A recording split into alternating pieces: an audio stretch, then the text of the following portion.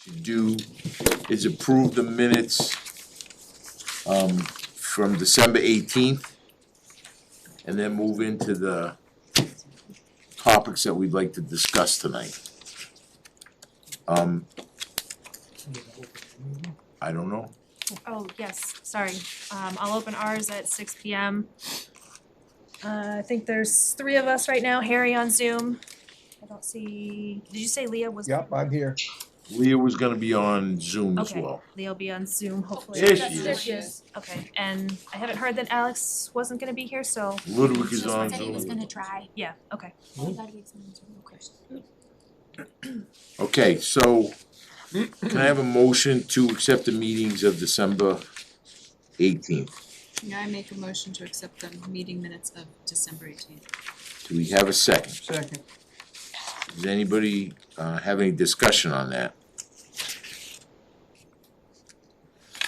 All those in favor will do a voice because we've got Ludwig on Zoom. Narwhal. Yay. Winika, aye. Purcell, aye. Rochelle, aye. Ludwig Neighbor abstain. He wasn't there. and Ross is aye. All right. So,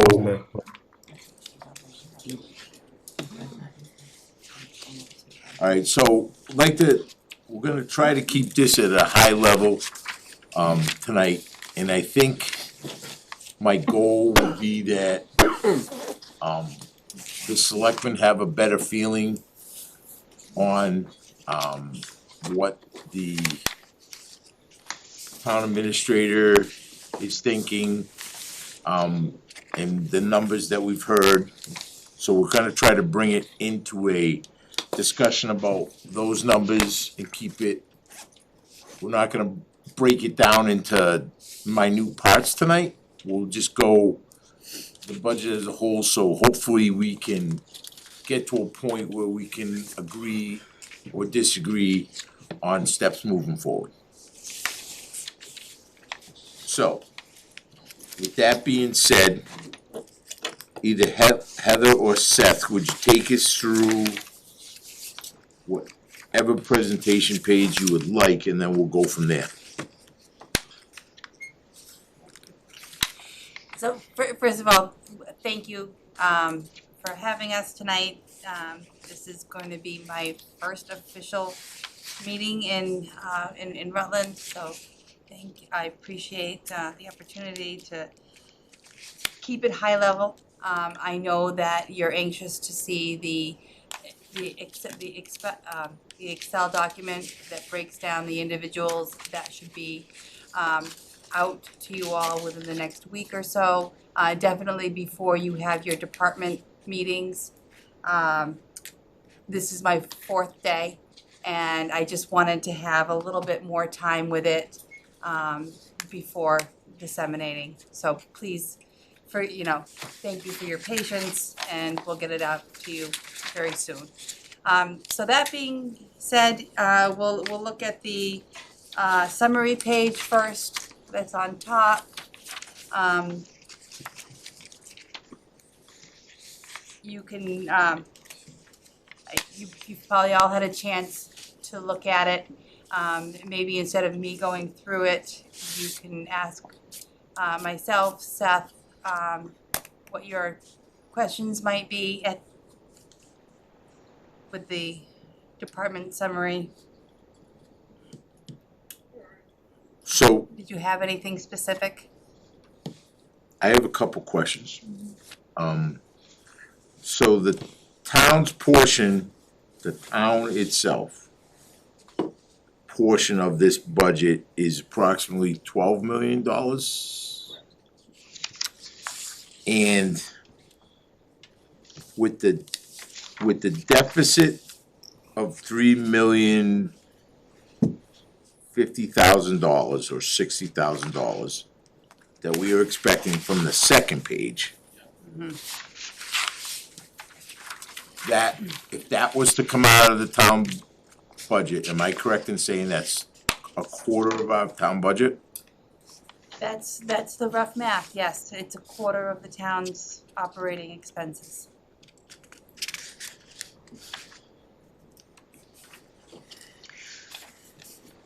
Can I ask a question on the select board created and approved budget guidance? How did the departments do with sticking to that guidance as far as creating these? Okay, Through the chair, basically the FY '27 budget requests are the actual department's actual requests. I went through them, and the request from the select board and the guidance from the select board was to bring things back to level services to FY '25, and that's what's highlighted in green. So that's where the differences are. The override, or the $3,069,000 is based on the TA recommendation of bringing us back to level services to FY '25. As directed. As directed, that is correct. Okay, Yep, so the FY '27 request column includes any additional. any additional Okay, above and beyond, correct. okay. And when you see the Excel sheet that comes to you, you'll have the breakouts of what those requests specifically are, and you'll see the letters and supporting documentation in each Excel sheet that you'll see for each department. Thank you. justification. So I have, Yes, sir. so the same, that question goes along with that, is so the dollar change and the percent change is from the requested to the recommended, or? No, it's from actual FY '26 budget that we're currently in today to the TA recommendation Okay. budget of green. So 26, okay, that's, okay, I Right. just Yeah. wanna make sure. Yeah, so basically the FY '27 request is just there for informational purposes to see it. It doesn't interact with anything else. Yep. And to Darren's point, currently the school budget request is $20,083,000 out of the 32 million, so that's town's portion is 11,900,000, so 12 million. So a $3 million cut, assuming the school budget was to pass in all 5 towns and we got stuck with the request, $3 million would have to be cut out of the town service portion, or 25% of the town portion of the budget. So, nobody's got their hand up, right? So that being said, I think we have to give, and not necessarily us, but we have to give the town administrator some direction on the select boards who govern the town with the town administrator, what direction they want the town to go, whether it be an override, not an override, or whatever we gotta, whatever the plan is, but the finance committee and the finance committee and the town administrator for that much have to have a direction, and they have not, to my knowledge, you've not been given it, we haven't decided which way we wanna go as a select board. So, I think Darren's thought is, step one, we need some direction on if we wanna go that route and keep the services the way they are, or you guys can make the decision not to, there's a bunch of decisions you can make. One of them I would caution against is, we have a bunch of free cash, and I would rather not use free cash to pay any of these things, because that bit us a little bit this year, and it will continue to bite us as we go down the road. The problem that Darren and a couple of us have noticed, I'm gonna say the committee has noticed, the finance committee has noticed, that we have a deficit every year, and we're not gaining, so every year we're $1 million or $2 million in, dependent, with nothing changing, we're gonna be $1 million and $2 million over the next 5 years. So by the end of the 2031 budget, we're looking at 8. It's not 8 on top of, it's not 8 total, it's a cumulative going up 3 million, another million, another million, another million, another million plus. That's if nothing changes. So I don't know if we structure, if you guys structure some sort of a plan where we have a 2-tiered override or a 3-tiered override, if that's the direction we wanna go. But I think we have to be completely transparent with the taxpayers in Rutland and say, if we would like to present this as a plan, and if you want to keep it, this year it's gonna be $3,069,000 for an override to keep like what we've asked, what was asked of them. And then if that's not what everybody, then I think we have to think of how many years ahead we wanna try to go, and we have to put a palette of different options to the voters and to see what direction everybody wants to go. Because I don't see how, I think passing an override to start with is gonna be very tough. Never mind passing one or two or every year for the next 5 years is gonna work. So that's, as the chairman of the finance committee, I've had some sleepless nights thinking of this, and I want everybody to know my thoughts, but I think it starts with the selectmen, giving the town administrator some direction, and then we go from there. Anybody on the finance committee have anything else to say about it? Well, I think that the budget, regardless of whether the selectmen put together an override or not, we're gonna have to have many iterations of this budget. Otherwise, we're gonna be cramped, because by the time we have the meeting and then we have everything, then we only have a short period of time in order to get a budget back into play, so you almost have to play it off. You have to, in order to sell the override, you have to show them what they're gonna lose. Exactly. That's Unfortunately, I in the don't, past, that's how it's worked. I'm not saying there isn't a different way, but I think that was past practices, that's worked. And I don't know that we have to have 10 different budgets, No, but we but- have to have, if you do this, right. it's this, if you don't do this, it's this, minus staff, services, everything else. Everything. And the discussion tonight is, as Ludwig likes to say, the big number, and then we will narrow it down to, I think it's the TA's job to decide percentages of where it comes from with the department heads. But, of course, we're all gonna work together. The finance committee is certainly gonna, we have to recommend, and, but I think that, at least for the sake of this meeting, we have to begin to decide, and we're not totally behind the 8 ball, but we're late to the game here. Holden already decided to run ahead with the override question, and then they got so much pushback, they pushed it back, so I just think that we have to, hate to put it on your plate, selectmen, but I think you guys have to come up with your idea of which direction you want the town to move forward with, and then we'll support and help guide you guys through that path.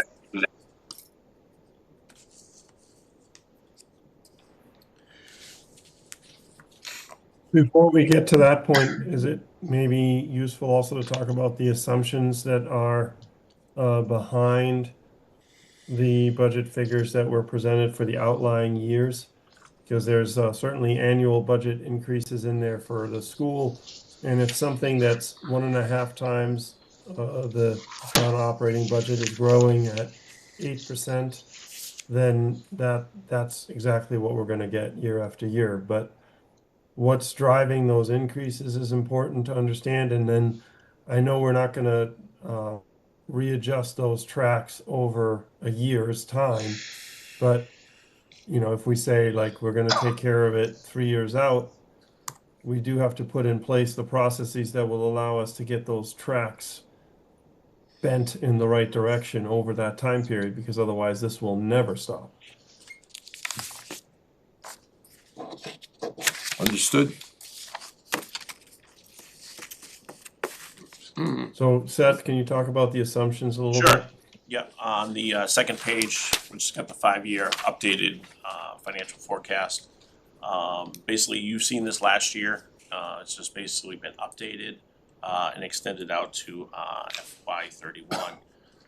Basically, if you look at revenue growth in town through Prop 2.5 and through new growth, our average yearly increase in revenue is right around 3.5% is what revenue grows in this town.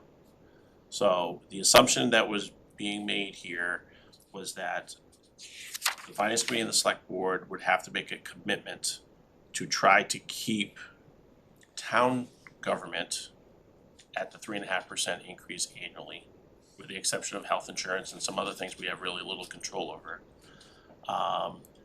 At the bottom is the school portion, both Bay Path and Wachusett. The historical average is anywhere between 5 and 7% annually. Last revision that you had a 10% increase in school assessments every year. And to me, that unless something drastically happened, I think that's a little too big, and I think 8% is a more realistic number to bring it down. So that's what's driving the increase. If the school budget's 60% of the operating budget, and we're only raising revenue by 3.5, and they're going up 8%, they've taken all the new money and are stealing from town services to put it in general. Well, and not just that, if you were to do that, just let's say we cut this year to comply, right? Make it work. Then next year that situation is going to be exacerbated Correct. because now the school budget is an even greater portion of town budget, and so now it even takes an even bigger cut to make headway. So that this is not, obviously, I'm Correct. preaching to the choir here, but this is not, for that reason, it's not sustainable to just think about a cut, Right. in my opinion. FY '26, the current school budget makes up 60% of town budget completely. FY '27%, their budget goes up to 63%. To comply with the town administrator's bylaw, that we have worked on a cut budget to get to a balanced budget. And if that was to be implemented on the town side only of the cuts, the 3 million, the school budget will go up to 65% of the town budget with that cut. And as Ludwig said, next year, that increase on that portion will just continue to compound.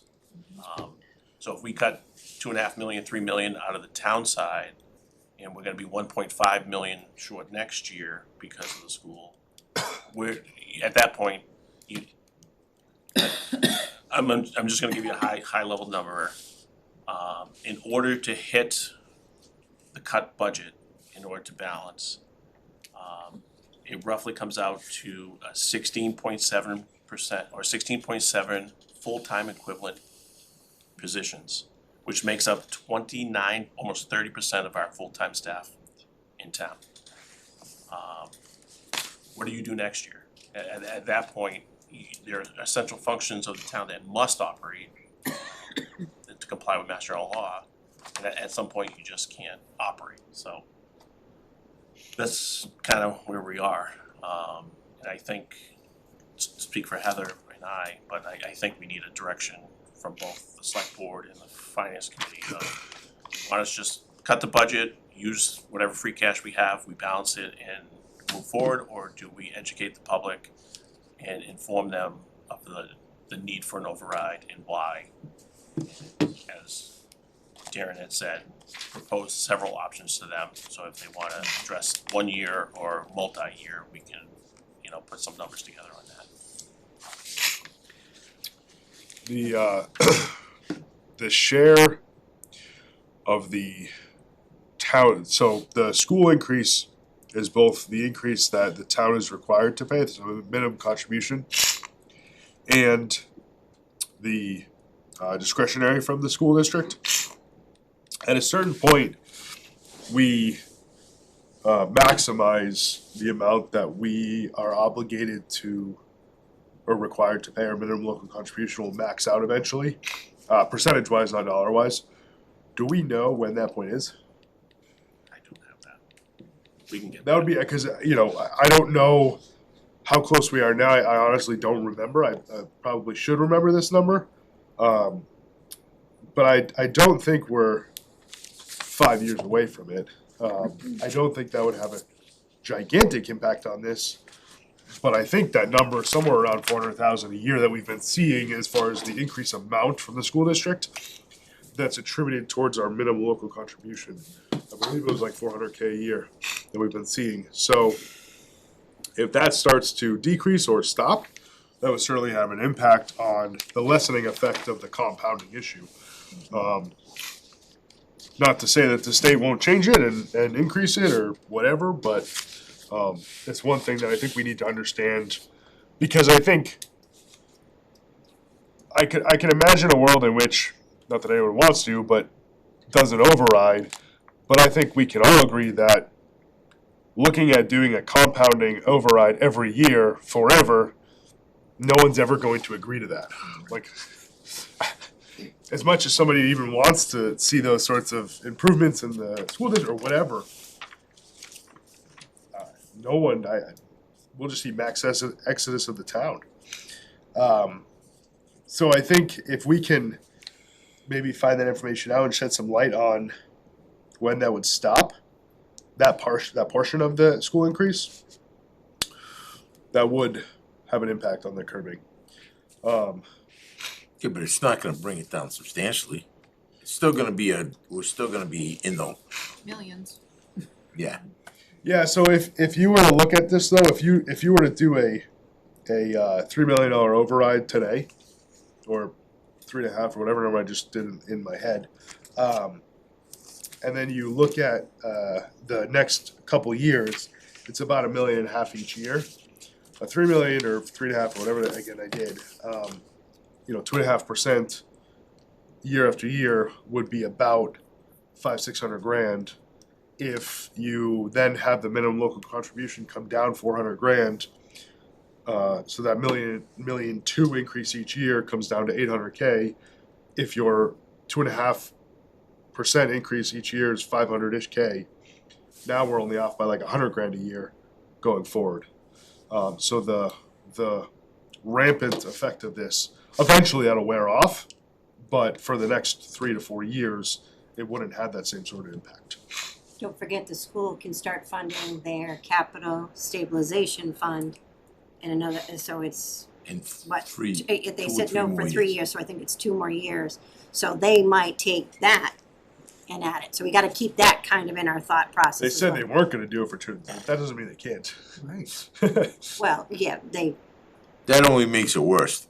Correct, yeah. yeah, but I'm just thinking going down forward, we have to think of that as adding, It's it's coming not back. in here. But they could technically do that any year. I mean, they could put a significantly larger number in their discretionary budget amount, and,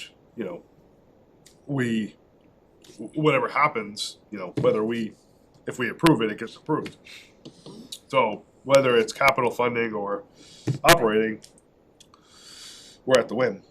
Right, I just don't think it's gonna be even if we reach that minimum local, I don't think we're gonna reap the benefits of a full $400,000 coming back to us. No, I think they're gonna figure out how to get some of that back. they've done it before. Yeah.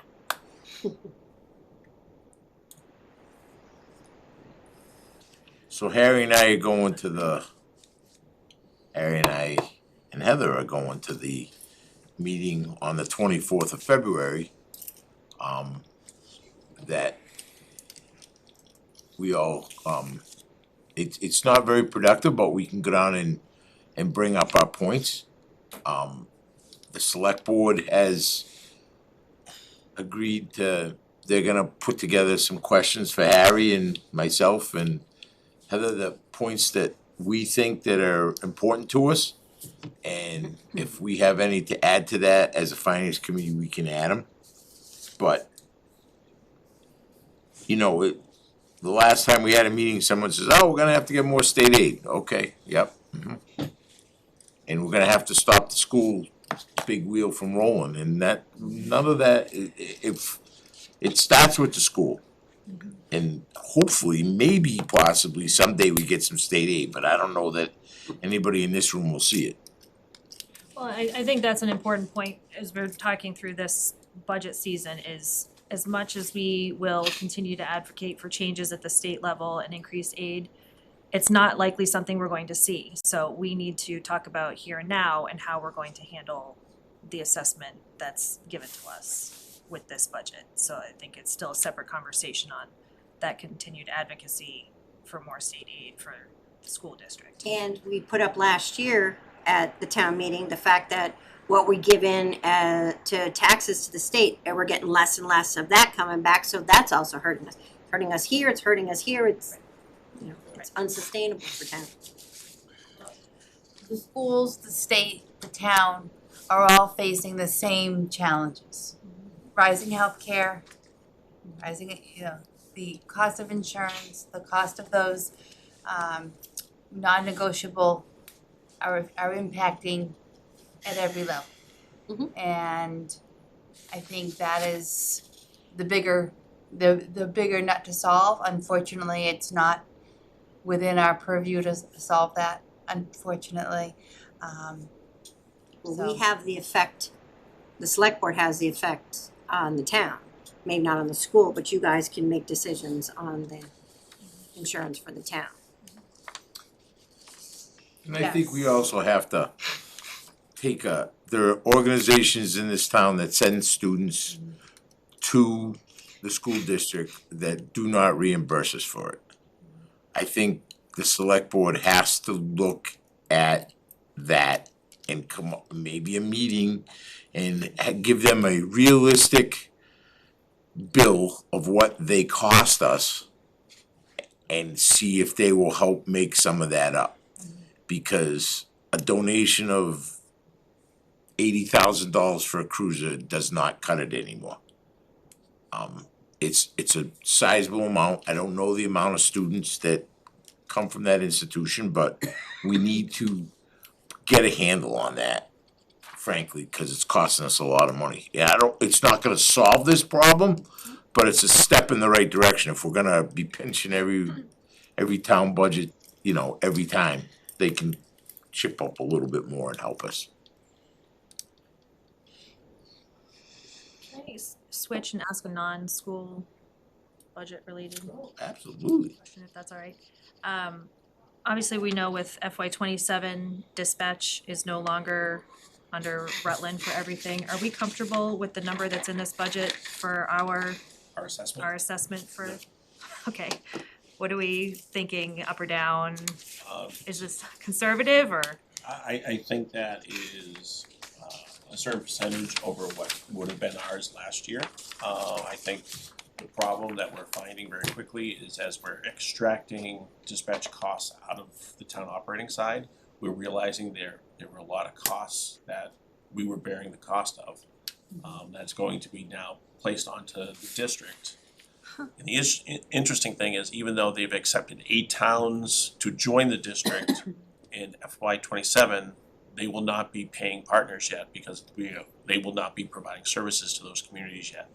So of the 5 towns, with the increase, there potentially could be an increased cost share to the 5 towns this coming year. Okay. So we are aware of that, we are monitoring that, and we've made our voices heard very loud and clear that we expect, if the state wants a dispatch district to be successful, they need to come to the table and help through the transition to make it successful. Okay. Do we have any idea of anticipated updates on this number? No, not at this point. On that subject though, when they had the meeting over here to form the district, they said there may be some additional costs at the beginning, but then those costs, as they got rolling, would drop off. But there's gotta be a model or something that details out what the numbers are for this year, next year, whatever years, right? And then how that's gonna transition, so that we have an idea what's gonna be in there. So to put it in perspective, we've extracted, healthcare costs, insurance costs, everything is coming out of the town side of the budget. The district now has to hire a treasurer, they have to hire their own accountant, they have to hire their own legal, all that stuff is basically we were supporting through indirect costs. So now they have to bear those costs 100% on their own. But because the other towns aren't joining in FY '27 as far as a paying contributing member, the 5 towns that are currently paying are going to have to absorb those additional costs to be independent. And that's why we're trying to get the state to contribute more money through the transition, so it doesn't unfairly impact the 5 towns. Otherwise, it was never worth us going into a district, Exactly. so, So, yes. and where is the oversight into what kind of a structure they're gonna build, so that they're not building Correct. this great big structure just because they think they can right then, that what's gonna watch to make sure that's what they absolutely need to get going? Yeah. And then they can maybe add on later on, but So part of the district oversight is an operational board and a executive board made up of all executives from all the 5 towns. So they are the ones that will be basically the board of directors that will drive the budget process and the oversight and direction of that group.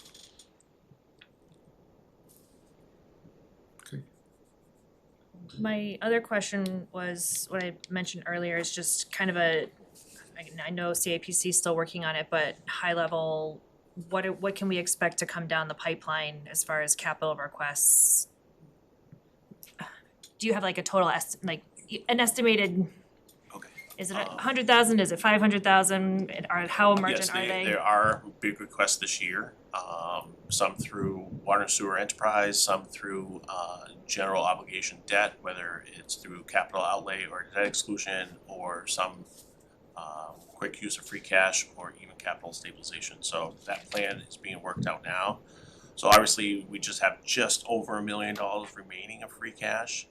And I would anticipate utilizing probably a couple 100,000 of that for capital in the next year's budget, combined with other larger projects that may go out as debt exclusions. So Don't forget about snow and ice. How can you? And I think that when you meet with your treasurer collector, we can talk a little bit more about debt service when we do the departmental budgets. I think we've got some good ideas and some suggestions and recommendations for how to manage that. So, that being said, the selectmen have known that this is coming down the pike. Are the selectmen ready tonight or within the short future to move forward either in support of this, so that we can give our town administrator some direction, or what's the feeling of you guys? Cause we would like to get chomping at the bit too, but we can't do anything without your direction. I mean, looking at this high level budget, there's about 200,000 difference between the level service budget and the department requested budget. So it's not I guess when you're talking about what situation we're in, $200,000 is sort of a big deal, but in the grand scheme of things, it's not terrible. That being said, just to keep us at level services, which I think we're just about, all the departments there's still some DPW that we're understaffed there, or not fully staffed. yeah, not fully staffed, yeah. But public safety is good now, Yep. fire department's good, so, We don't have a town planner, no, we don't. And it's budgeted for that, I know. so. But I They're don't. not very well, when you look, that's It's a not, 32-hour position, yeah, but it's, I mean, and it's paid according to the pay matrix on I a get starting. it, but I'm just saying, can we get somebody in that position for what we're saying? You know, Well, is there a hiring freeze right now? It's a policy decision that has not been made. But I think that, I mean, even if we're looking at keeping things as they are, where we're comfortable with our staffing and being able to provide services, even if we threw every dime of free cash we had at this, we still have to cut $2 million, which is still gonna be devastating to this town. So. And then it gets worse next year. And then it gets worse next year because you have to make up that additional million that you cut.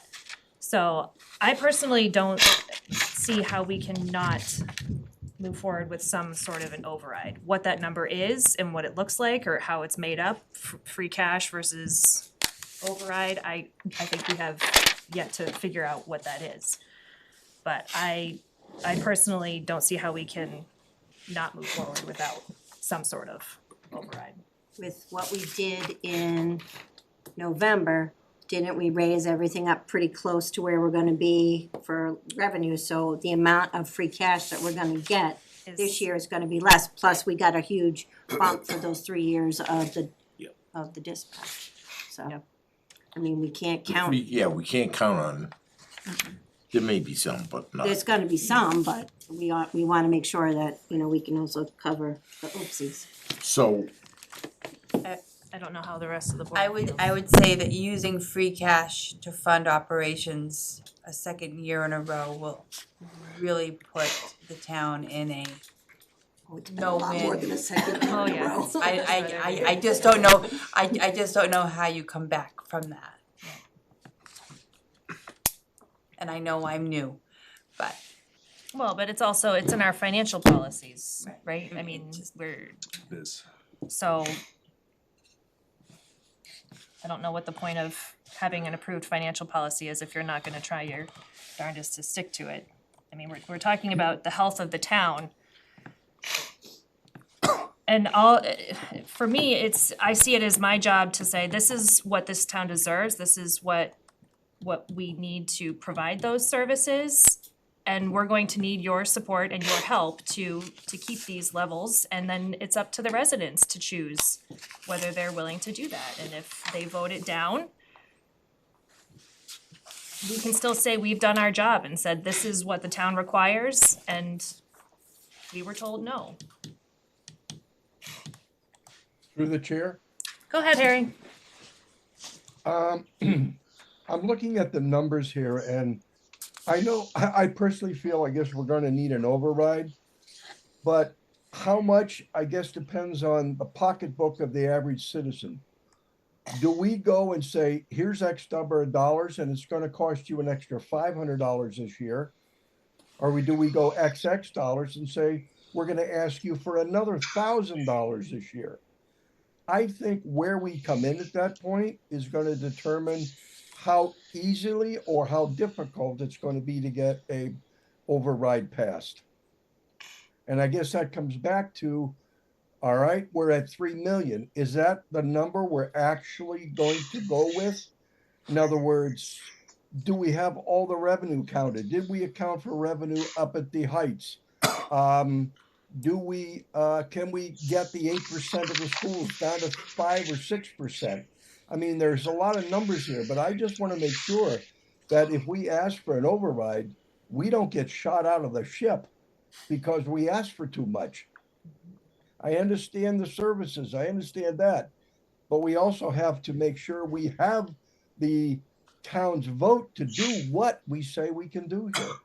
So I just want to make sure we look at the number that we are going to be asking each resident's home for, not just say we need this or this. Because it all comes down to their pocketbook. what would a $3 million, $69,000 impact the taxpayer? Approximately. $2,000 a year, right? Roughly? Yeah.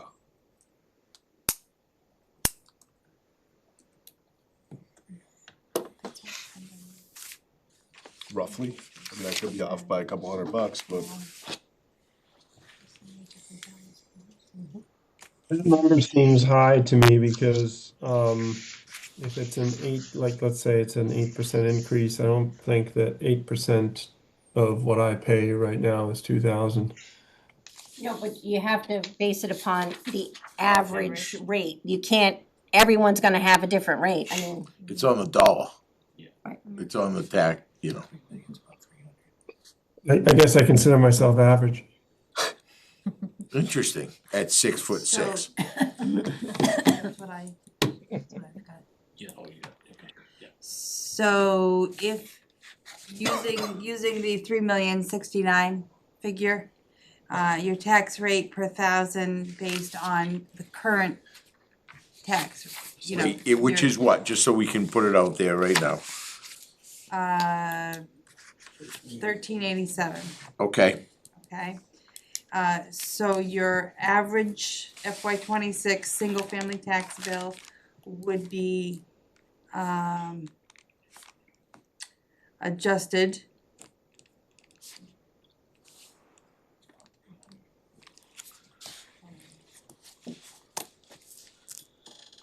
okay, so if just you, wanna say- yeah, so if you have a $550,000 home, you're currently paying $7,600, and these are round numbers.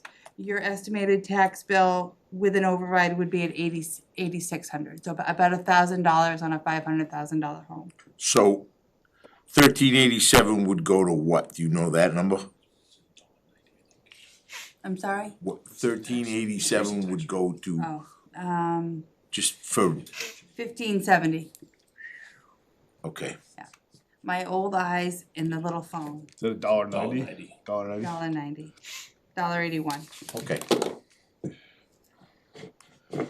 Trying to do the math real quick. and all we're getting with that is level service. Yeah, and That's a big, in my opinion, Karen Narwhal's opinion, that's a big pill to swallow for just getting this. and that means we get one next year too, Miss Narwhal. I get it. What I'm saying is It's just this that's year. the thing. This is this And- year scraping by. This is just keeping us at level service, and that's kind of tough. I mean, all I can say is the select board's got to get this done, because if we're gonna sell it, we got to start now. We needed to start the day after the town meeting last year, and we've waited now until the middle of January. We have to get out in front of the public if we're gonna do it, to get this anywhere near close.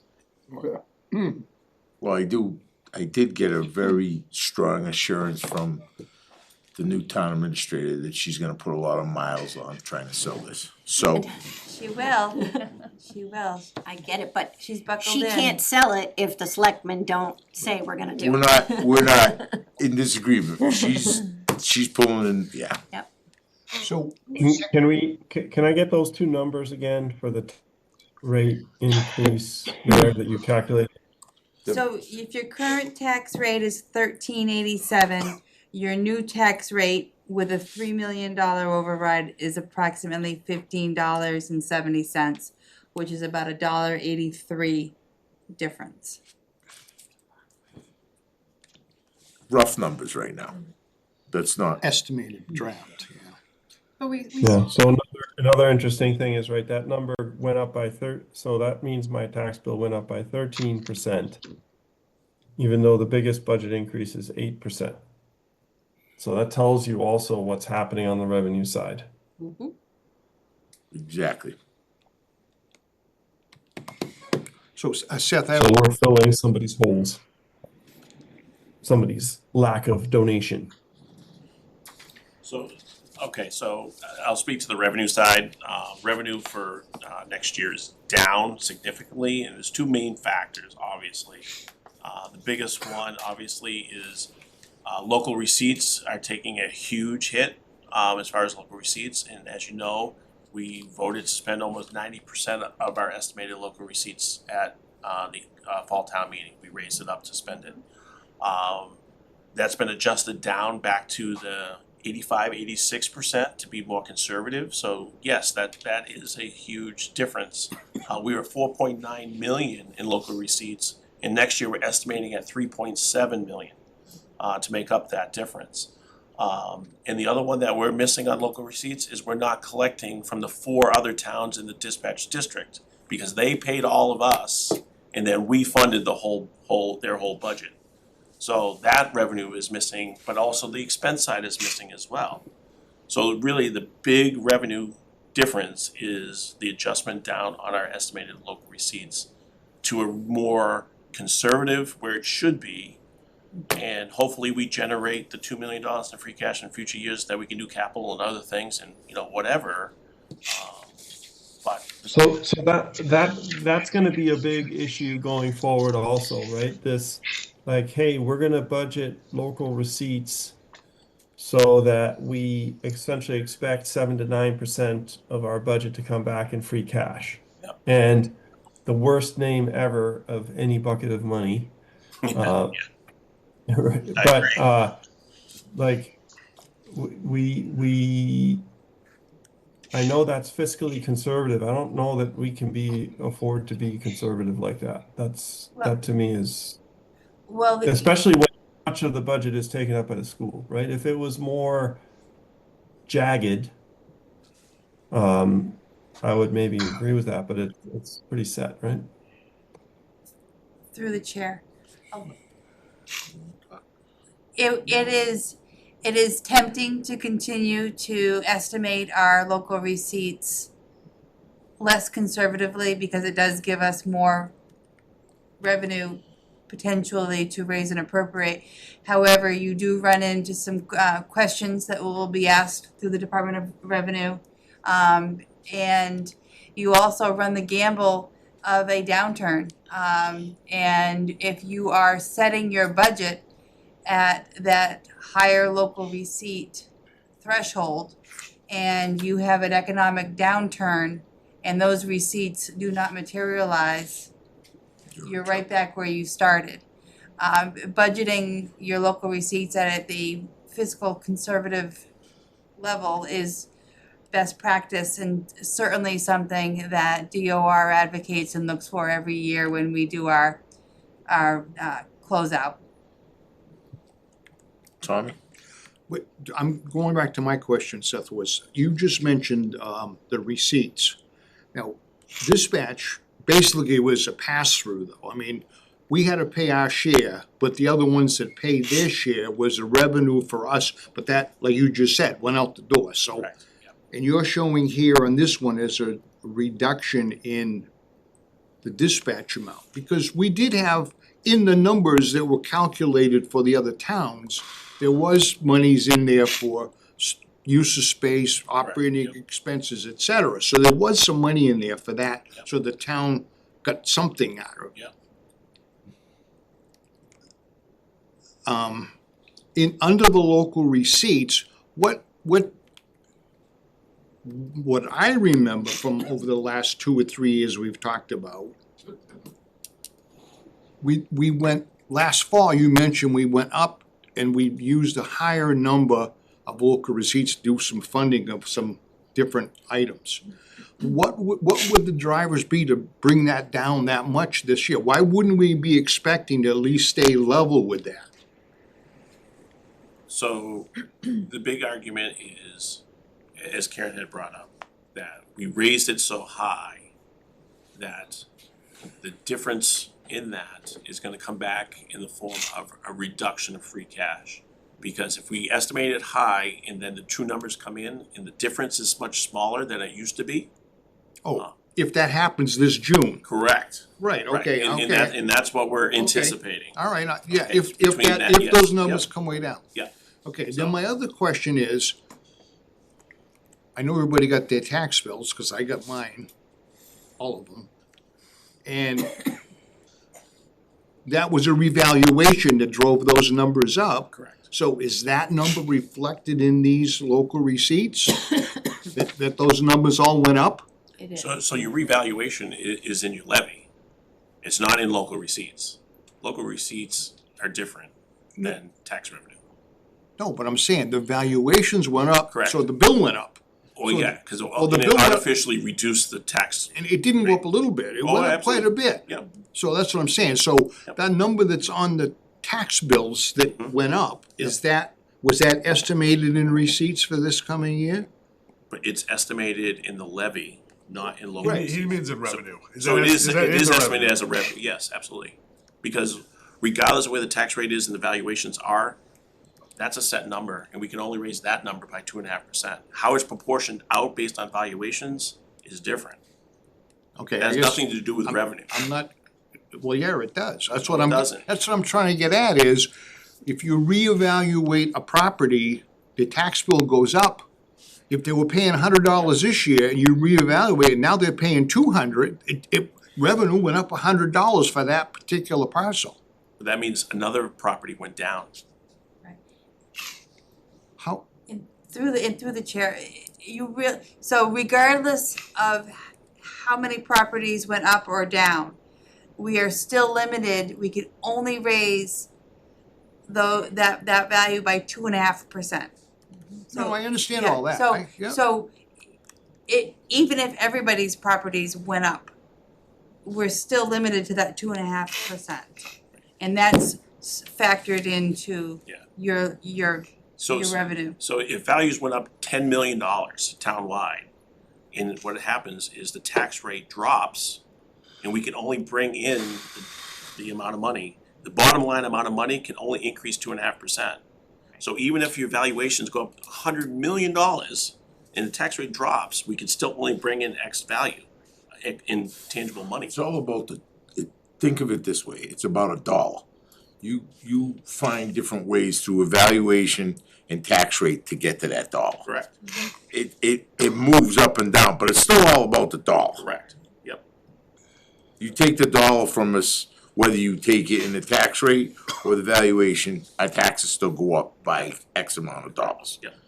And the difference of 2.5% is based on the revaluation, as some properties get revalued high based on market sales, and some values go down. But I doubt anybody's tax rate went down. The tax value could have gone down. The tax value could have gone down, Yes, but absolutely, yeah. the money, they still paid us more. Oh, Everybody in town paid more in taxes this past year. no, that's not true. Really? That is not true. As a property might fall into disrepair. Oh, Right. I see what, Yeah, It's yes. value, Yeah. the value of a I see parcel, what you're saying. not everybody's parcels were, when the reassessments were done, not everybody's property automatically increases. There are some that decrease. So, how does that make it equitable to all the people in town? Explain that. Why should someone's tax rate? Because your tax rate is universal, right? You're all paying the same tax rate based on your assessed value. So if your property is valued at Okay. $500,000 and your property is valued at $600,000, you're still paying the same rate per thousand. It's just the assessed value of your particular property. Darren, that goes under life's not fair. that's my point. It's still, it's when the rate goes up, the numbers go up, because, all right, so I only have to, on that bill I just got, I only have to pay 2.5% above what I paid last time. No, I didn't, no, I understand, but that's what I'm trying to get at. Right, Yeah. right. And we don't Your have tax- the number of commercial and other kinds of properties that many cities and towns have that would look at a decreased valuation because of not being upkept. I mean, most of Rutland obviously is residents, and people pretty much keep their houses reasonably well and better or whatever, make improvements, so, I don't know, all right, We only have one tax rate, correct. don't we? Right. Yeah. That's correct. It No, doesn't but make he- a difference if half of the town was commercial, we'd still only have one tax rate right now, But your commercial property might be valued higher. essentially. Right, or it may go down less because he didn't take care of it.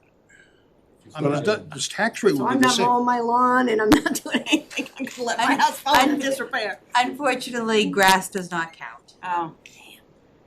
Good thoughts. Just let the unused side of your house collapse. I'm just gonna dig a big So hole. does up anybody- front. So, along these lines, I think we had some good points. I guess we're we gotta get back to it, I wanna steer this back as. I was gonna say, for next steps, we're really looking to give the administrator's office some direction on Exactly. override, and we don't have, and if we decide override, we don't have to decide what amount. I personally would like to, if that's the direction, like to see some information from the administrator's office on different options that we could consider. And then and have that available as we're going into these budget hearings. But I think tonight, just to help move things forward, either way, I think we're gonna need to start doing, whether it's at our regular meetings, having other additional informational sessions. We need to start doing some resident education on this budget, and what we're looking at tackling, and then continuing to share that information. So I guess for us as a select board, I'd like to get a sense from the members on if we're in favor of moving forward with steps required to pursue an override and continue that, or if anybody is opposed to that, so that we can decide a course of action. Well, I think we have to do an override. I don't think we really have a choice. Obviously, the amount is the question. Right. I know, Harry's point about not wanting to override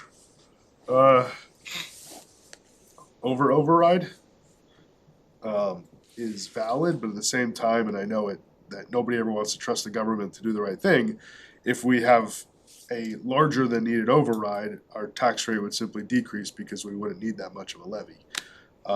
That obviously puts the faith in us to create the correct assessment, but they also have the ability to change that at town meetings, so it's not just us who are deciding that. Looking at a $4 million override, just doing simple math, that still gives us a deficit next year of $300,000. The following year, sorry, FY '28, and then FY '29. I don't even want to say how much that, but it's 1.7 million of a deficit in FY '29. Yeah, FY '29. Just only using what we have here plus a $4 million override.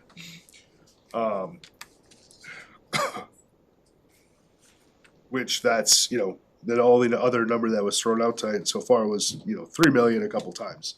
So even increasing that by $1 million gets us basically 2 years of 1 year would be a surplus. That's if everything stays the same, big guy. Level service. Yeah. Yeah. You mean years out? Yes. Yeah. I think you guys have to come up with in what you're working towards. We have to take a charge and then charge the TA with coming back to us with a couple options. Yeah. I think we're all in agreement on that. When you say that's if nothing changes,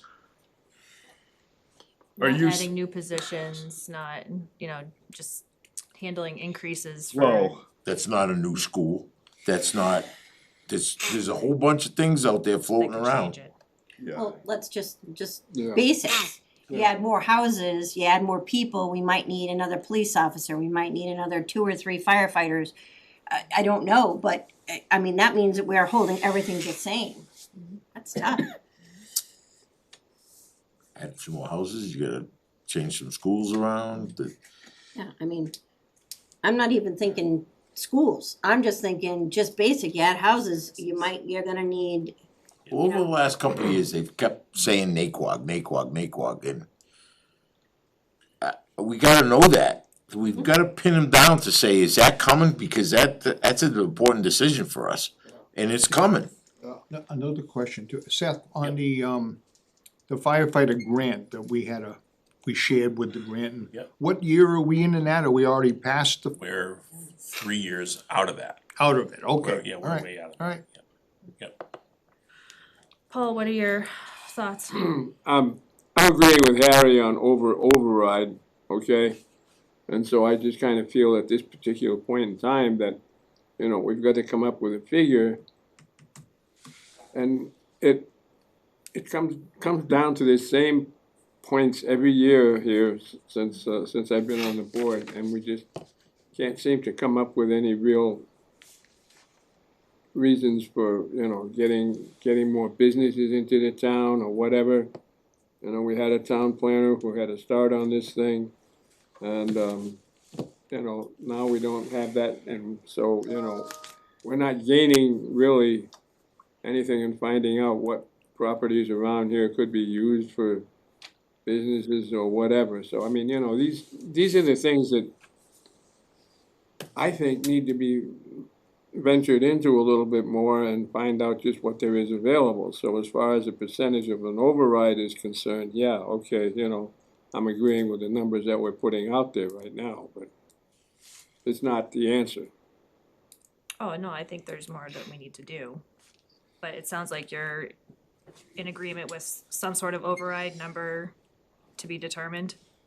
Yeah, it's kind of, okay, so I mean, it's, I just think at this particular point in time that, okay, I'm retired, I'm living on basically a fixed income, and if I wanna get into doing something special or something extra special, I have to look at these figures and stop and think about what this is and what that is and so on and so forth. So I mean, I know from talking to the people at the senior center that I'm not the only one who thinks that way, and actually it's just kind of pushed on us. So okay, so I mean, all right, so tax rates in my house I got a $400 increase on my tax bill, okay?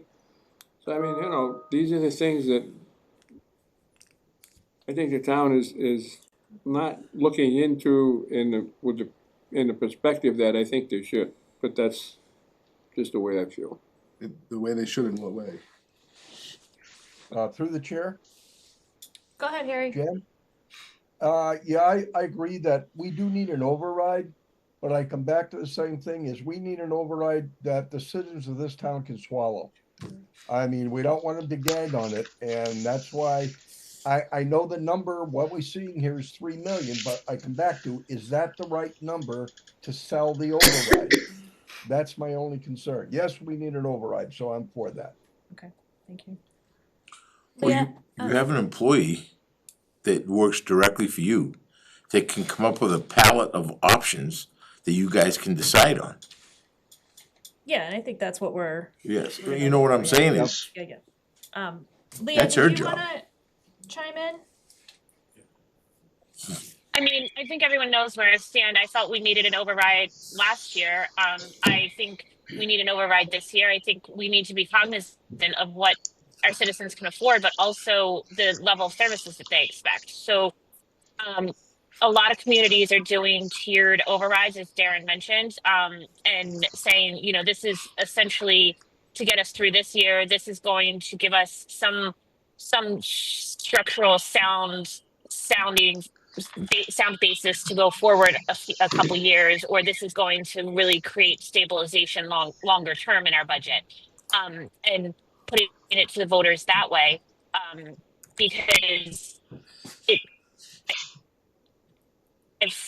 I'm a broken record. I don't know how we can continue to make any cuts. We have capital projects, huge needs that our free cash should be going to, because all of that's just continuing to snowball as well. So, and those costs aren't going down either. So I think we need to be, if we ever want to get out of our way, we need to invest in the commitment to using free cash to do the capital work and keep that side of the quote unquote house moving forward, and then address the structural deficit side on the town. And we can point fingers at the school and everything. Rutland continues to attract families with kids, and the kids go to school, and so that's we're a bedroom community. If we can attract, I'm all for attracting businesses, but that's not going to solve this problem either.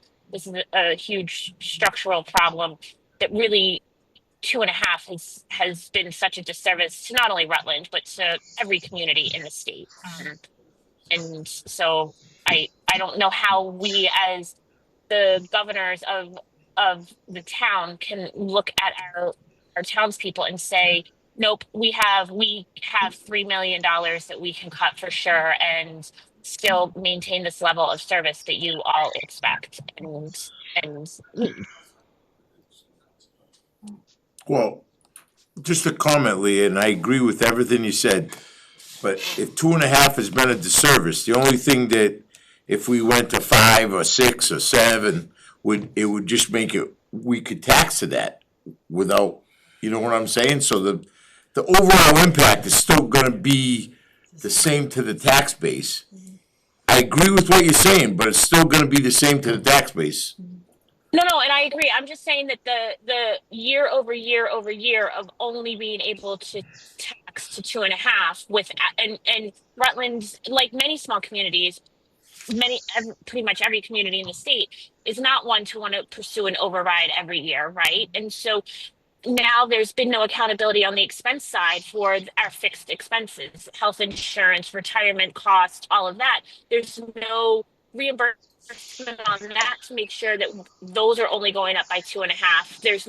There's nothing on any side to help maintain our expenses to be closer to 2.5. And so I guess that's where I'm saying that disconnect over the years has really done us a service, because if we had one year that, you know, we needed to things went above the 2.5, that might be more attainable, but this is year over year over year that our expenses are growing at higher than 2.5, and that's all that we can tax to.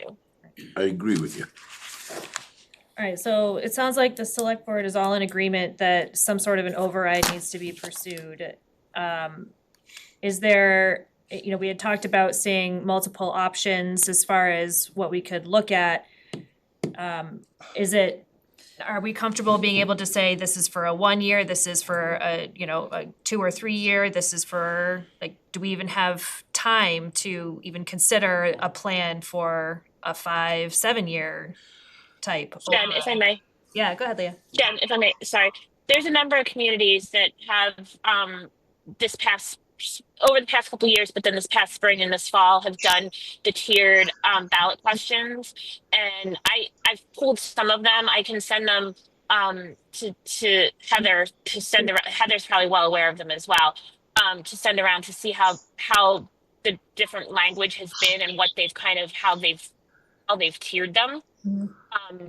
I think for the amount of education that we're going to have to do for anything, having that conversation, because if we pick a number that's a 1 year override that we might be able to stretch 2 or 3 years, who knows, is not going to do us any good, because we're going to be right back here next year. Right. If that makes sense. Yeah. So I would rather say, if this is the bare minimum that we need for a year, and if things go as projections are, that's going to last us a year. But if you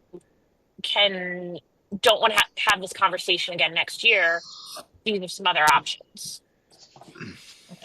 I'm going to push back a little, Leah. I don't think the average citizen in the town really cares whether the select board has a discussion every year on the budget. I think they care about their pocketbook. And if you're going to ask for $1,300 or $2,500, that's a big deal if we don't take them into consideration and their needs. Not just the town needs, but their needs. Because we have a very diverse population in this town. We got a high population of seniors. We got a lot of population of families. We got very expensive homes, and we got the average income, which is pretty good for this town. So we got a very diverse, but not everybody could afford a $2,500 increase, or maybe even a $1,300 increase. So all I'm saying is we need to be sensitive. If we want this to go through, we need to be very sensitive to our average citizen in the town. And if I may, I 100% agree, Harry. And that's what I'm saying. It's a conversation that it's quite possible that in next year, if we go for a 1 year number, that next year, then we're going back to the townspeople and saying, we need this year, or in 2 years, we need the same amount that we just asked for, or whatever the situation may be. And so that's why I'm suggesting doing a tiered ballot where saying this is the bare minimum. If you want to create some more stability in the longer term budget of the town, the fiscal health of the town, these are some other options. And that's all I'm saying is, but that takes the education piece of it for sure. And then it goes to the voters and we can um give it to the voters to determine what level they are comfortable with. Could I speak for just a second? I agree with all of this is what's being said, but let's just push it. We gotta get this number squared away now because education should have started 6 months ago and it hasn't. If we're gonna have any chance of passing it, we've gotta hit the ground running, and we haven't. We can't wait 3, 4, 5 more weeks. We can't. And I know that's a lot on you, and I understand that, but the finance committee was very upfront last year that this needed to hit right away, and it's kind of fallen flat, even when it's been brought up by other select board members, and I think we have to really, we can't keep treading water, we have to move forward. So I think we can talk real numbers now, depending on people's tolerance at 7:10 p.m. I mean,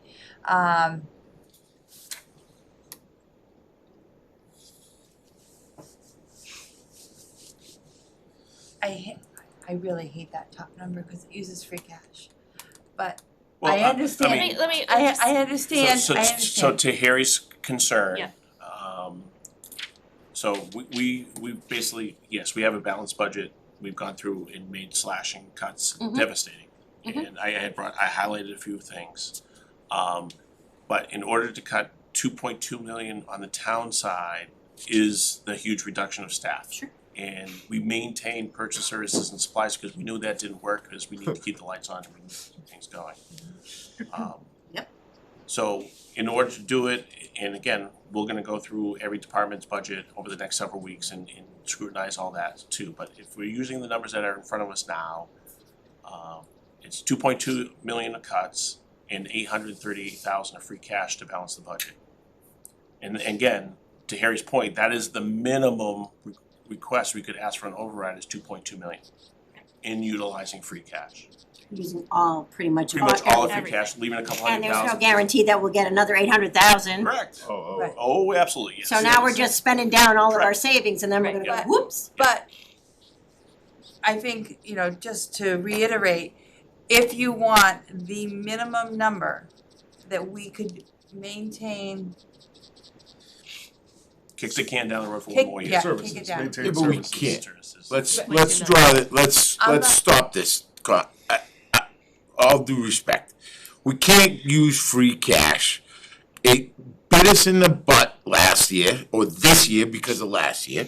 I'm supporting you here, I'm not No, against you. I understand. But if we go down this road of using free cash, I'm okay with maybe a little bit of free cash. I am in no way, shape, form, anything, $800,000 of free cash.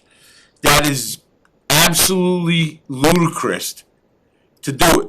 We can spend the people's money on one-time items that the town needs and get a better bang for our buck than putting it towards this budget. If we do this, we are absolutely fiscally irresponsible to everybody in this town. So, End of Darren's rant. so I think we can figure out the details specifically in a later meeting, but I think we should put something on the table, to Karen's point, right now, so that we are all moving in the same direction. Absolutely. I think Leah, from a tiered perspective, is the appropriate way to go about this. I think I understand what you're getting at, Leah, with that, and I don't necessarily know how to make the motion for this.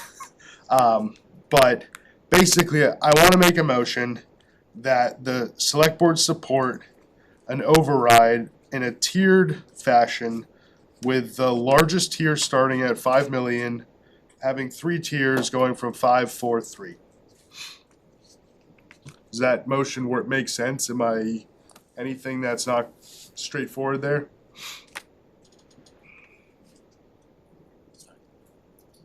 Do you require those specific numbers to come up with a tiered option No, I just wanted to put something as a cap? I mean, Not a cap, I obviously- just- If we, I figured can we go plus or minus? if you want me to change it slightly, sure. No, I mean, I'm just saying that if we come in a little over 5, a little less than 3, you know, This is just for our continued discussion, so it's not, we're not It saying gives we're you a committing to direction. this, right? It's a We're just draft. trying to get a We can always draft so change we it. have numbers Yeah. to. Do you want me to change it slightly? No, okay. no. As long as we're all in agreement and understanding change. that it's, Right, we're this is not we're not bound solidified, to this 3, is, 4, 5. this is for planning purposes for us to take the next So, step. so basically, the 3 is a 1-year Yeah. corrective. And, Tell me what and 4 4 and 5 are future year 4, I mean, extensions. so Our Tell future me year what 4 and extensions. 5 do for us before, 4 basically gets us 2 years, okay? and then 5 would basically get us 3 years. And it would come, 5 would come close to the 4th year, probably shy of about $1 million, depending on how, I mean, once you're getting out 4 years Right, all though, your who the hell revenues knows what's gonna change, happen to right. half of that stuff, so, 5 basically gets us 3 years. That's, it gives you guys something to work with, Alright, gives Heather something to It's work still, with. it's just a motion, so right, still so need, can you, Alex, yes, Alex, is this a request that all that money is supposed to be collected in year 1? No, Whether it's 3, 4, or 5 million? No. no.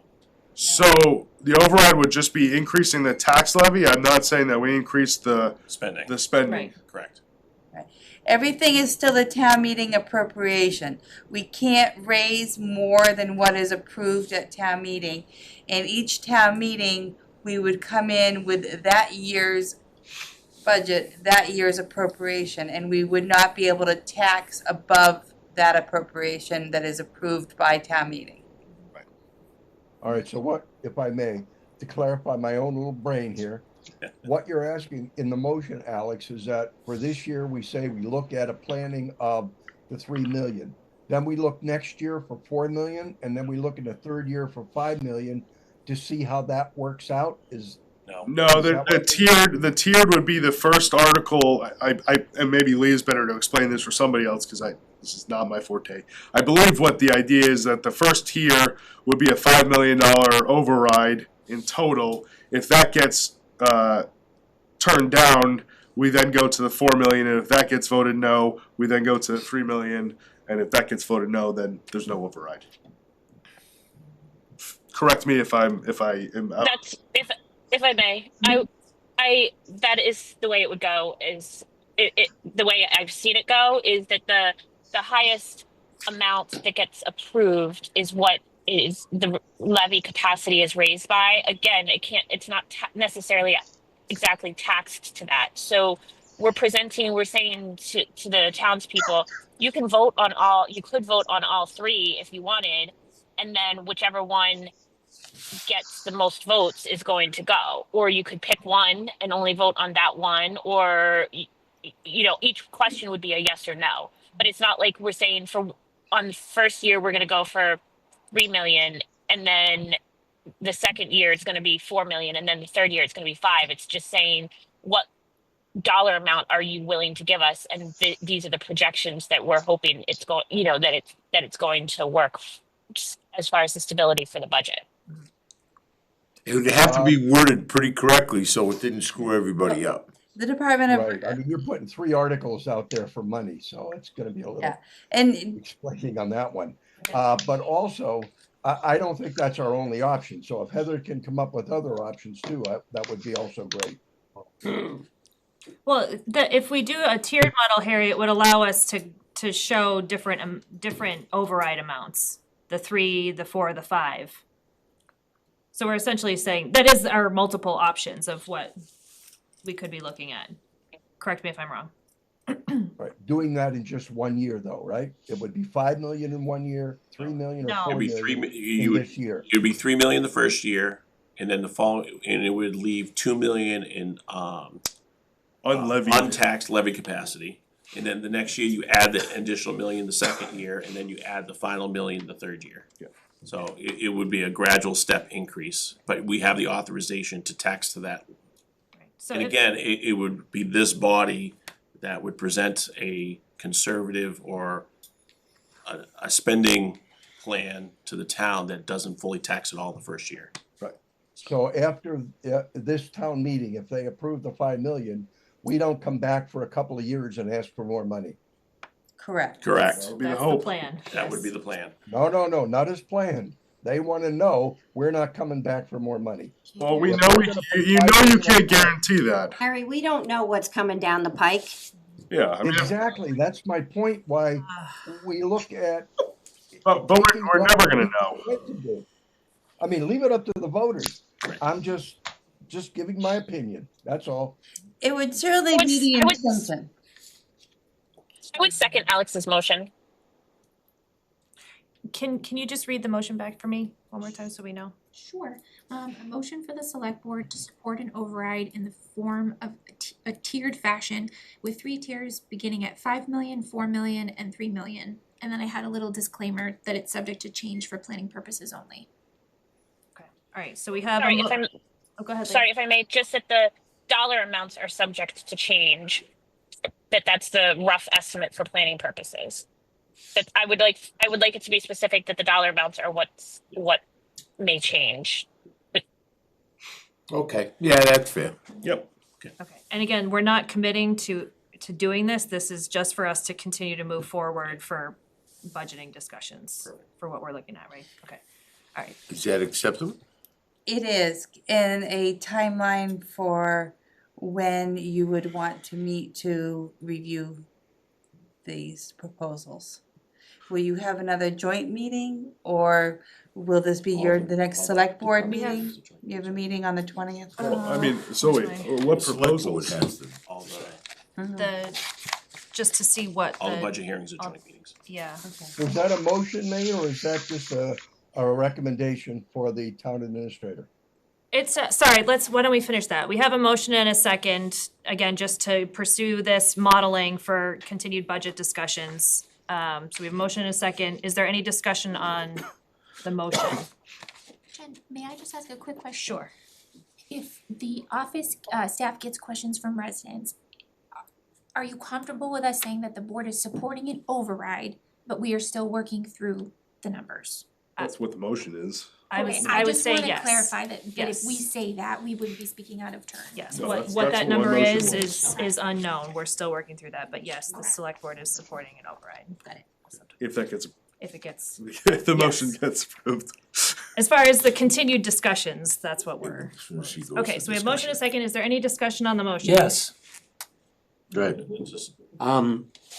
So basically you're asking the town administrator to come back with 3 proposals. You also gonna ask them to come up with a budget that shows all the cuts if none of these get Yep. passed? That's part of your homework, Yep. right? Yep. Okay, now, Tom, year in and year out, has said that when we do overrides like this,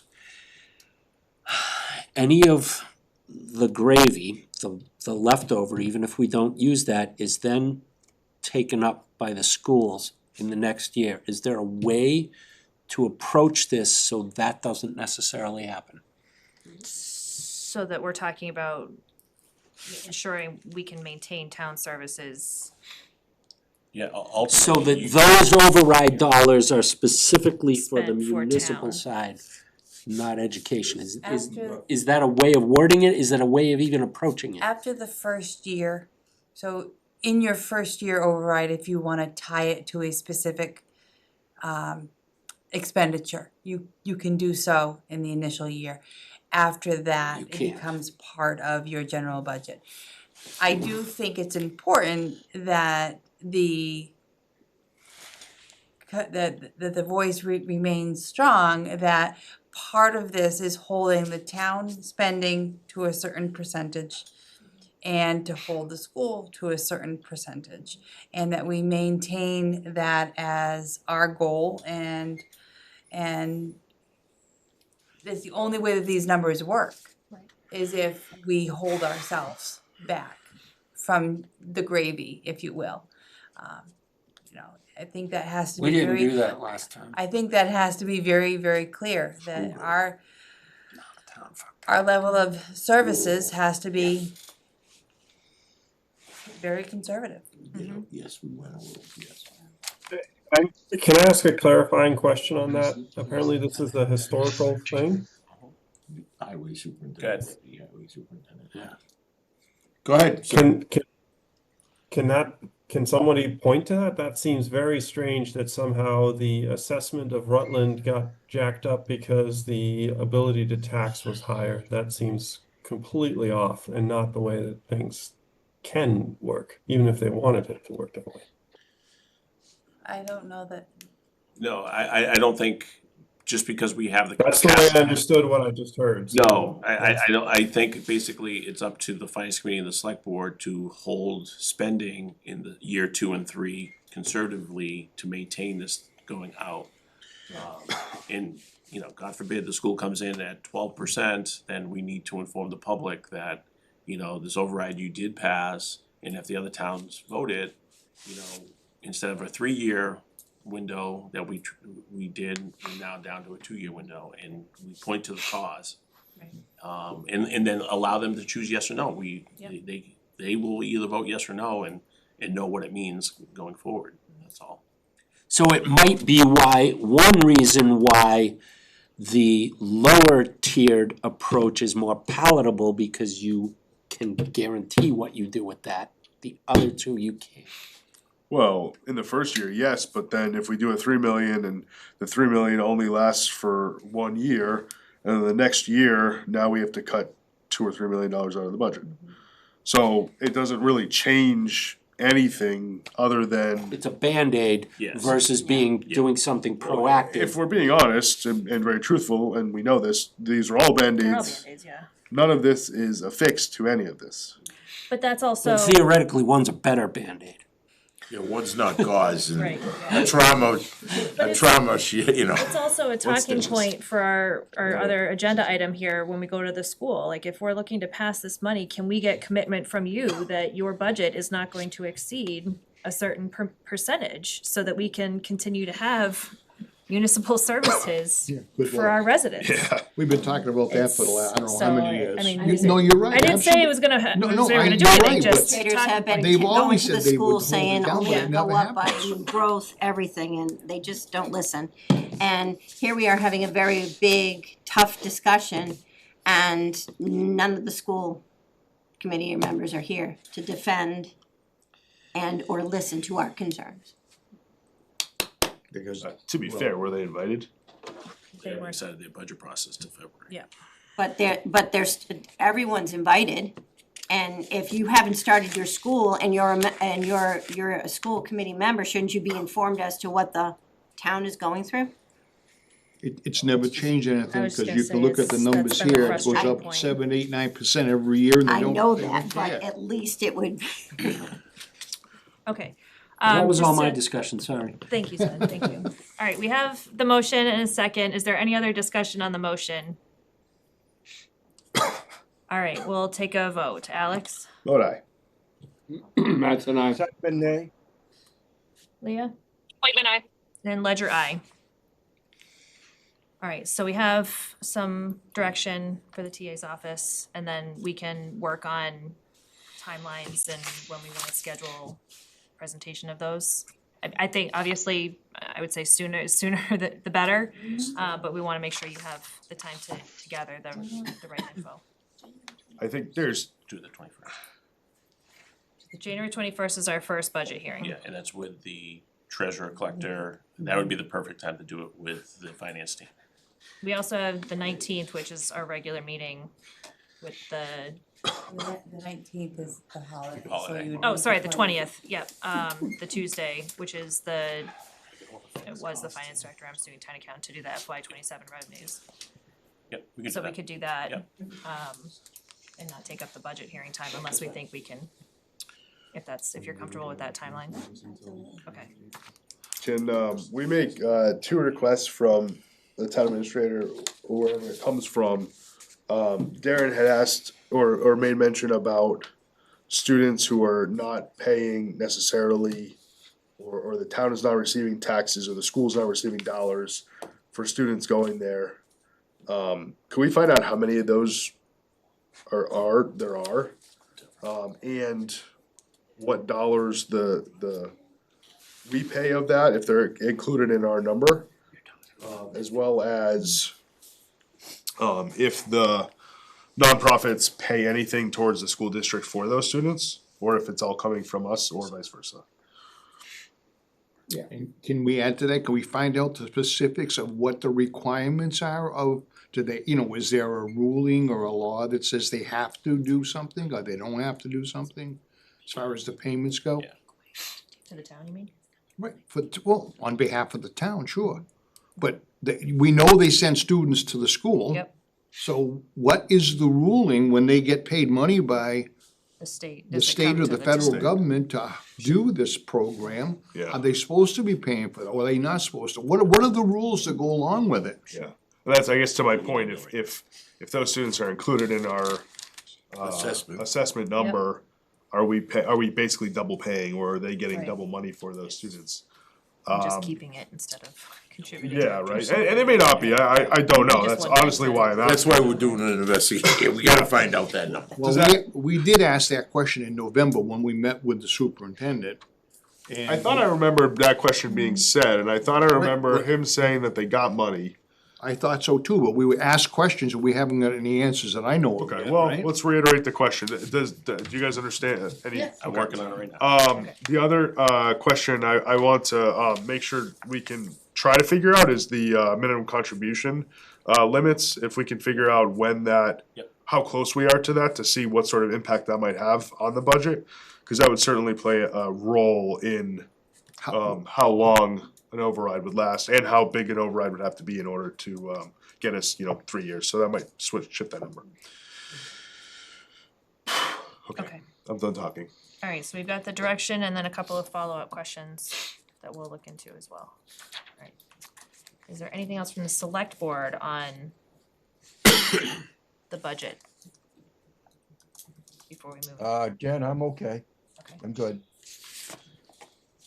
anything for, We're good, we've got some things to talk about, just kinda, the Yeah, only thing we should do while we're still active here is Harry and I and Heather have been charged in going on the 24th. yeah, Before the 24th, it doesn't necessarily have to happen tonight, I think we all know the finer points, but I would like, I guess we'll reiterate all those points again, but between now and the 24th, we'll have a meeting or two. Well, Let's I mean- come up with a plan. it's on the agenda, so if anybody has specifics that they wanna toss out now, as far as what Oh. we feel is important to bring to that. I mean, I know they don't have a crystal ball, but is there a point in asking them, we are using that 8% increase as in our modeling, is there a point in asking them, do you think that could be 5? Do you think that could be 12 going forward? So that if they come back and say 8's really on the money, keep using that number, that's great. No, That's a we think good it, point. Well, we think it may But they become don't know how many 6. kids are gonna be. yeah, they wouldn't know the Kids are the assessment, variable. plus they wouldn't know the minimum local contribution. Yeah, but the interesting point is, it's 8% on, it was 90-something million, now it's 8% on 100 and something million. It's 8%, it's disproportionate because of the dollar amount, the 8%. So he's got a very valid point. I think we put in the 8%, right, just based on If I may. historical numbers. Yes. Go ahead, Leah. Go ahead, Leah. You crash. You all, Leah, can you hear us? Are you alive? Yeah, that's fine. Go ahead, Ludwig. He's talking too and it's not coming through. So I think the other part that we need to ask about is their budget increase relative to our portion of the budget increase, right? So one of those they've got a handle If I on may, because. I think the school budget I think the school budget itself generally can hear you, but you can't hear me. All right. We can hear you. Oh, we can hear you. Go ahead. Talked right over Ludwig. It's clearly a lag, guys. Yeah, She well, there's a muted- lag with She her. muted now. No, okay, go ahead, Ludwig. Alright, Ludwig, go ahead, and then Leah, we're gonna give you the green light in just a second. Go ahead, continue, She Ludwig. can't hear us. All right. So it would be good to understand because the budget growth over time, they've got a handle on based on what they've seen historically, healthcare costs and whatnot. I don't, but they should also understand what's happening population wise and how that's going to shift. And that's the interesting bit for us in Rutland relative to, you know, towns like Princeton and Paxton that aren't necessarily growing. And our population's also, student population may be going down slightly, but it's going down at a lower rate. So these are the things that contribute to that percentage. So both of those aspects of the question we should ask about. Okay? Yeah. Lee, you got the green light. Go ahead, kid. I don't know if you can hear me. Sorry, I'm in town and have spotty reception. Can you hear me? Yes. So I think the school budget has been increasing between the budget itself, the entire school budget has been increasing between 3 and 4% per year. However, Rutland's percent increase is much higher because, to Ludwig's point, the the proportion of students that we send in comparison to others, and the past couple years we've been in hold harmless. So the district as a whole has lost a lot of state money because the district has been seeing declining student population. However, Rutland has not been seeing declining, or if so, not to the extent that the other communities have. So I think we can definitely ask the school for those numbers, but it's not just the school budget. It's the Wachusett budget or the Bay Path budget is going up by 8%. Their budget is increasing maybe half of that, but then the Rutland proportion is higher because of the formula. Right. Understood. It's still not the number goes up higher the bigger the budget is. When it's 3, 4, 5, 8, whatever. Is it worth at this point what you had mentioned earlier about the talks about a new school, trying to get anything out of them from their facilities as far as what do you see? Because if we're looking at needing a new school, even if it's 5 years down the road, that still needs to be planned for. Have they begun a feasibility Yes. study? Through So- CMRPC is So doing what study is now. what's the status on that so that we have some sort of updates? Again, She's not got- necessarily for this year's budget, but for 10 years. planning. Tamika, you're writing all these down, right? Thank you. I'm staring off into the sunset. So the school Right. has partnered with CMRPC to do a school needs growth study to see when the need of the student population as it's increasing, when the timing would be. Last we heard with the last timeline is within 10 years. When was that? That was last year. But is that just based on increase of students? Students, What about correct. age of the building, like Age for of the building Naquan? is being considered as part of that. Okay. So But they haven't entered into school building, the No, school building no. They they have, feasibility? no, absolutely not. They haven't, oh, okay. No, no. So you've got some time. Some, Yeah. Because okay. they'd have to apply for, and most districts would not be accepted into that program on the first try. It generally takes 2 or 3 tries to get into the program, and then your feasibility is a few years, and then you'd have to be in the development stage. So that it does put it out into the 10-year. Yeah. Even logistically using the school building, the MSBA process. I mean, I'm not saying that that's good news for those who think that a new school is needed sooner, but that is logistically how that would work. Okay, And the longer you push it out, the more expensive it's gonna be when we Correct. do Oh, that. absolutely, it's not, absolutely. yeah, definitely not gonna get cheaper, right? Yeah. And the more maintenance costs of continuing this operating of this Right. building that's Yeah. aging, It's an old building. yes, very old. And I think the obvious discussion points that we're all sitting here that we're all facing overrides that may not pass, and we don't have a say in the school budget. So what is the school going to do to help towns that are facing all these devastating cuts? Like to come to the table without any sort of, willingness to negotiate, like, I understand where, you know, we're talking about hiring freezes, but they're not, are they talking about hiring freezes, program freezes, not implementing new programs at the same or similar rates that we have to, like, is there any consideration to that portion of it, or are they just providing us a budget with everything that they want and that they need? Again, not to say that they don't need it, but I think we saw this especially last year, and I don't remember specifically the year before, but even last year, I mean, they had a laundry list of positions that they wanted to add, and the resolution from that, I remember that slide, was that of the 40 positions they wanted to add, I'm being a little sarcastic, I think it was like 20, they were only adding 6 of them. So, you know, while that doesn't necessarily mean that they're, you know, doing a hiring freeze, they are, from that standpoint, in showing that they are trying to be cognizant of what we are going through while still trying to do what they believe is their job. But last year's budget here at that time was level funded. Yeah, So but- we but were that- losing. Yes, but they're, I mean, I think it just needs to continue to be said that there's but that, I think that's just as much on us as it the is on them. negotiations. I like, we were losing services because we weren't willing to pay more. I mean, Well, no, I disagree with that statement because the taxpayers weren't given the choice. but either way, But even if we give them the choice and the override is voted down, the school still gets what they I get- ask for, and we Yeah. have to suffer Unless the costs. we can get another town to side with us and then get them to change.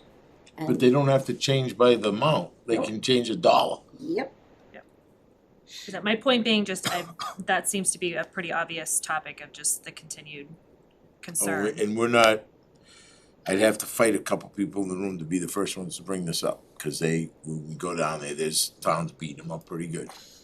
Holden is it's just as bad position as us, and that might not pass, it's 7.5 million. And So one of the things that we can talk to them about though, and make sure that we get, is good statistics and numbers on how they are holding the line on cost. Right? Like, what's the story? Right? What's the story that we can tell? Like, if we were school apostles helping to justify 2/3 of our town budget, right? What are those numbers? Show me how you're holding the line. I think we can ask for a cheat sheet on that. okay, And at the same time, we can make sure that that cheat sheet is sufficiently populated. does anybody else have anything else in regards to this? So, for this meeting, for the last thing we have on our agenda, is we got a ruling on the DESE guidelines, and everybody in the room has it. I think that probably we should put it on an agenda and let everybody see it. I don't know that everybody in this room has seen it, and then we should talk about it. Unless someone wants to bring up some points tonight. You have anything, Karen, to add to it? That you, I think the finance committee needs to have a conversation, because the finance committee is the one that fought for this. right, oh, absolutely. Against what the board said last year, so I think we need to have a conversation. And we will. I just, we're in a joint session, so I wanna make sure that, We fought long and hard to get this. okay, No, I agree with Karen. We should have a chance to digest that letter a little bit, and then at our next regular meeting, we should Yep. have a discussion More of a- about it. Thrilled to have gotten feedback.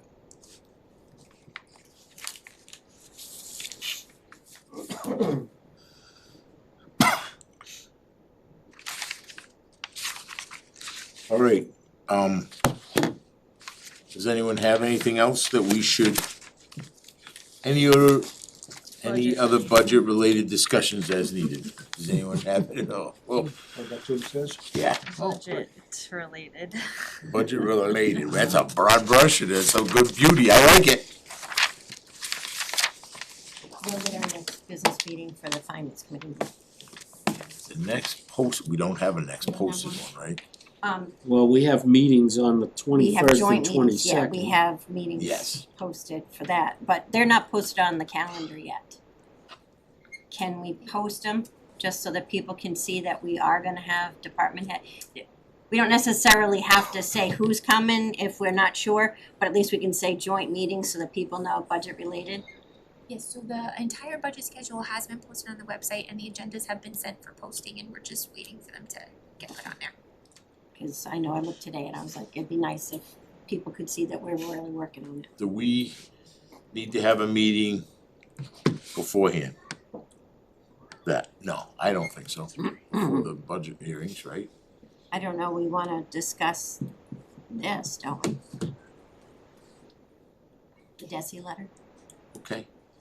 or do we wanna just wait until afterwards? We should discuss the DESE letter, and we should discuss our view of that bylaw. Right. So how about on the, let's go back here for 1 second, for the finance committee, how about, what date it's the 21st, 22nd, how about next week, 15th? We'll post a meeting for the 15th, please, to discuss the DESE letter and the, Can we do 14th or something? I'm 15th, I'm on a plane at the 6 o'clock normal time. I obviously don't need me, but I would like to attend. on the 14th, you're on a boarding class? 15th. 14th would be better for me. How about the 14th, guys? We can go out of order. Okay with you? I think so. I'm okay with the 14th. That's all right. All right, so we can, Are you okay with that, Tommy? Well, Thursday's better. Well, I don't know, Ted, whatever. Information. Ted and. I mean, I just think we should keep to the same date so we have the continuity. We wouldn't have two members if we do that. Which I'm fine with. Do whatever you need to do. Ted's like, yeah, not a problem. I actually think we have a better chance of getting a room on Wednesday because Thursdays have been incredibly busy. At the library, it's been very tough to find space. Let's try the 14th. Okay. I'll make that, we'll take it out of order, just to try to do it. And we'll make a practice of it because this is just an exception. And then the 2 agenda items, and then any discussion related to the budget. Like that last one would be on Budget there. discussion as needed. As budget discussion as needed would be perfect for the 3rd agenda item. Chair, Lynn, would you be comfortable if I included the minutes from special town meeting on that agenda? Yeah, that's fine. I've been lazy and I haven't done it yet. Oh, that's okay. That's what I wanted to ask first. Yeah, I no, don't feel that's like you're fine. rushed. Does anyone have any other agenda items? Finance committee motions, can I entertain a motion to adjourn? So moved. Second, All those in favor, gotta do these. roll call. It's not a lot of money. Summary, Haber, aye. Narwhal Charlie, eye. right. Ted Purcell, aye. Lynn? Guy. and Ross, aye. Okay, we're good. Okay. Now you guys have to. Any other discussion topics from the select board? Budget related?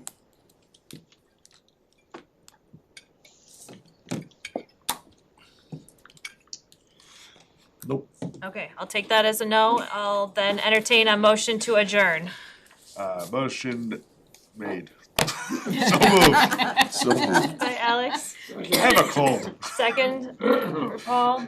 Any discussion? All right, roll call. Alex, All right. Paul, That's an aye. Harry, Aye.